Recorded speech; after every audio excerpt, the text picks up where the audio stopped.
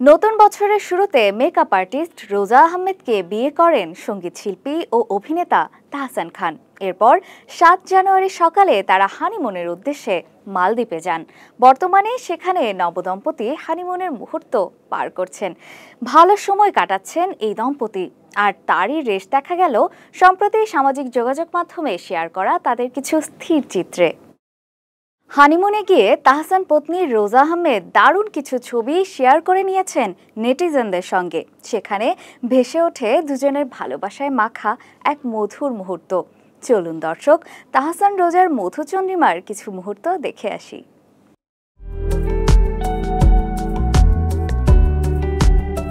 ৪ জানুয়ারি সন্ধ্যায় makeup artist রোজা আহমেদকে বিয়ে করেন সঙ্গীত শিল্পী ও অভিনেতা তাহসান খান।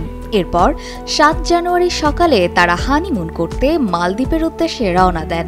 এরপর তাদের সুন্দর সময়ের কিছু স্থির চিত্র ভেসে ওঠে সামাজিক যোগাযোগ মাধ্যমে, যা দেখে ভক্তমহলে সাড়া পড়ে। সামাজিক যোগাযোগ মাধ্যমে শেয়ার করা ছবিতে দেখা যায় মালদ্বীপের নীলচে পানির সৈকতে দাঁড়িয়ে আছেন রোজা। বালিতে তাদের পায়ের ছাপও স্পষ্ট। লাল গাউনে সাগর পাড় থেকে তাহসানের দিকে হাত বাড়িয়ে তাকিয়েছেন রোজা। সঙ্গে সঙ্গেই লালপরী স্ত্রীকে ক্যামেরাবন্দি রাখেন অভিনেতা।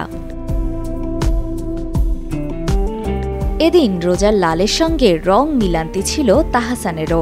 লাল শার্টে স্ত্রীকে বাহুডোরে আগলে নেন তাহসান। সেই পোস্টের ক্যাপশনে রোজা লিখেছেন, জীবনের শিল্পে আমাদের সুতো চিরকাল জড়িয়ে আছে। এই ভালোবাসা যেমন শক্তিশালী তেমন ঐশ্বরিক।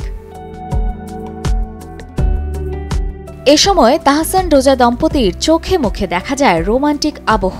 উচ্ছ্বাসের সঙ্গে নিজেদের মতো করে সময় কাটাতে ব্যস্ত তারা। নবদম্পতির এই রোমান্টিক মুহূর্ত নিমিষেই নজর কাড়ে নেটিজেনদের। রীতিমতো মুগ্ধতা ছড়ান তাদের ভক্ত অনুরাগীরা।